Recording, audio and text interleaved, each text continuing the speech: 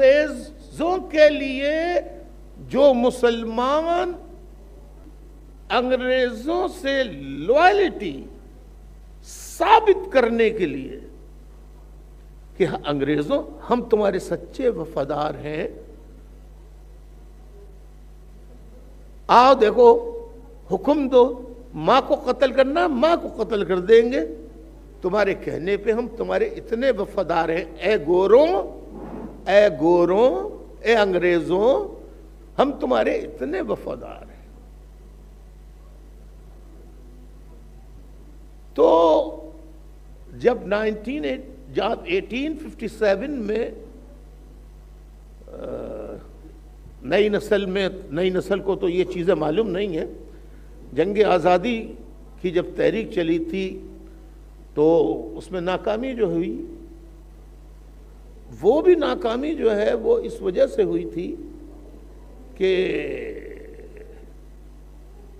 غداریاں ہو گئی تھی اور مسلمانوں کے بڑے بڑے لوگ وہ انگریزوں کی وفاداری کرنے چلے گئے تھے۔ تو ہوا کیا کہ انگریزوں نے سازش کر کے Muslim and Hindu division create کر کے یونائٹڈ انڈیا کو ڈیوائیڈ کر دیا۔ Remember and I request you to read the history.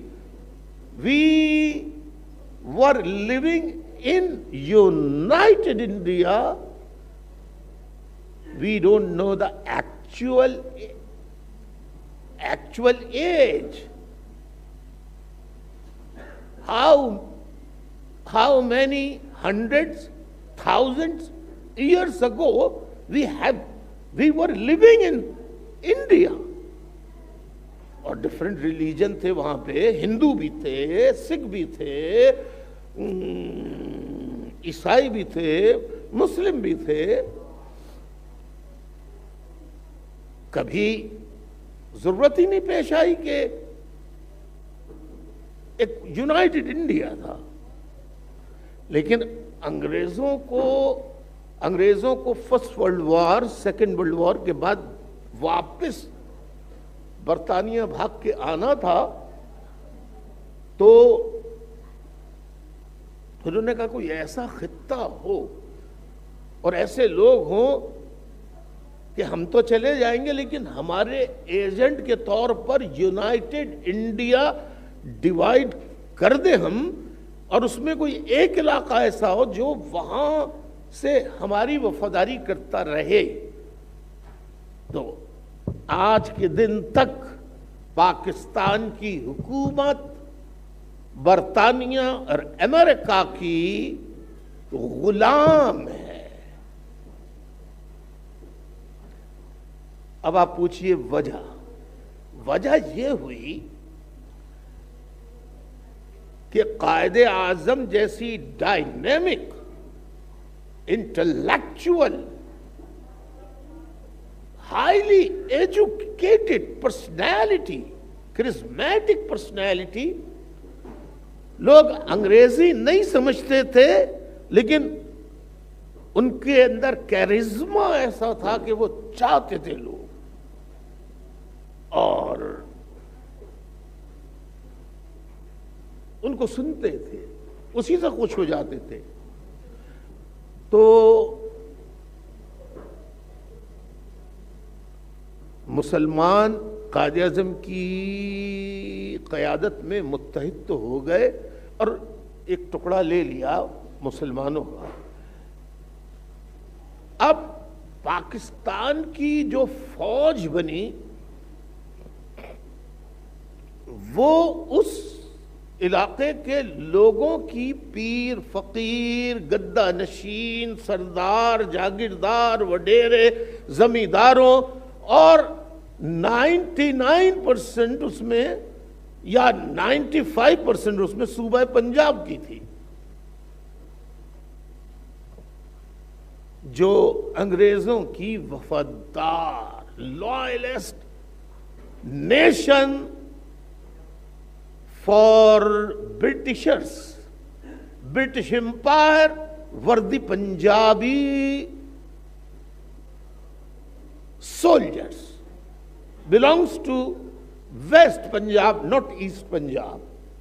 میں اس ڈیٹیل میں نہیں جانا چاہتا.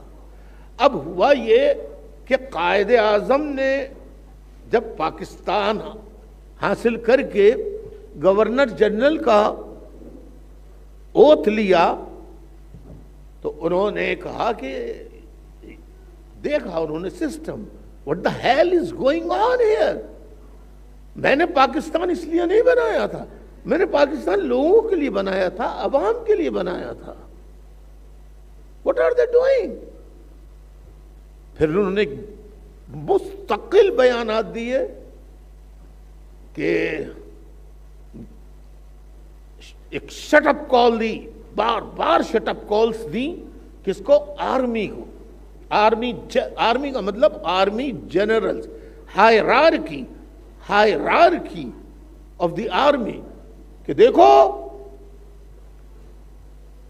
you have your own limitation, don't cross that limitations. Your work is to defend the country, not to interfere in the political affairs of the country. یہ بات جرنیلوں کو بہت بری لگی اور انہوں نے کہا قائد اعظم تو ہماری راہ میں رکاوٹ ہے. وہ کہ قائد اعظم بیمار تھے, اس میں کوئی شک نہیں ہے, لیکن قائد اعظم کو اسی فوج نے کہ جرنیلوں نے سلو پوائزن دیا اور سلو پوائزن دے کے علاج کے بہانے ان کو کراچی جیسے علاقے سے نکال کر کوئٹہ زیارت بھیج دیا کہ آپ وہاں چلے جائیے. اور جب ان کی طبیعت زیادہ خراب ہوئی تو نہ ایمبولینس نہ کچھ, خیر وہ بڑی لمبی داستان ہے. غرض یہ کہ قائد اعظم کو قتل کر دیا. ادھر قائد اعظم کا قتل ہوتا ہے تو ان کے دست راست کون؟ خان لیاقت علی خان سامنے آ جاتے ہیں. تو آرمی کے جنرل کہتے ہیں یہ پی قائد اعظم جیسا ہے, یہ بھی فوج کو وہ کام نہیں کرنے دے گا جو فوج کرنا چاہتی ہے, اور یہ بھی وہ نہیں کرنے دے گا جو جرنیل اپنے مفادات کے لیے جس طرح فرما برداری برطانیہ امریکہ کی کرتے ہیں اس طرح یہ نہیں کریں گے. تو لیاقت علی خان کو بھرے مجمع میں گولی مار کر ان کا مرڈر کر دیا گیا, انہیں شہید کر دیا گیا. اس کے بعد اب رہ گئیں کون؟ فاطمہ جناح. فاطمہ جناح نے چیلنج کیا military dictator marshal Ayub Khan کو, ان کو بھی قتل کر دیا. اب اس کے بعد کوئی آواز نہیں ملٹری رول کے خلاف.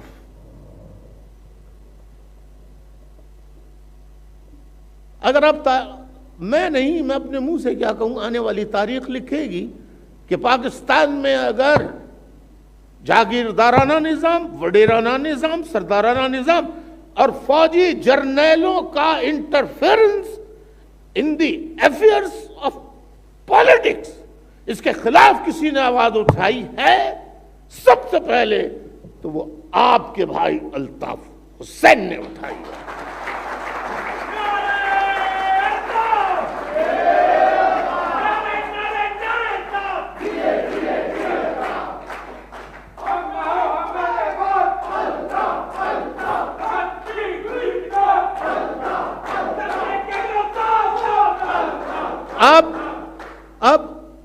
اب میں اجازت دیتا آپ کو تالی بجانے کی, لیکن وقت نہیں ہے. اب معاملات آگے چلتے رہے اور میں اللہ سے دعا کرتا تھا کہ سندھیوں کا قتل عام, پنجاب خاموش, بلوچوں کا قتل عام, enforced disappearances جس کو اردو میں کہتے ہیں لاپتہ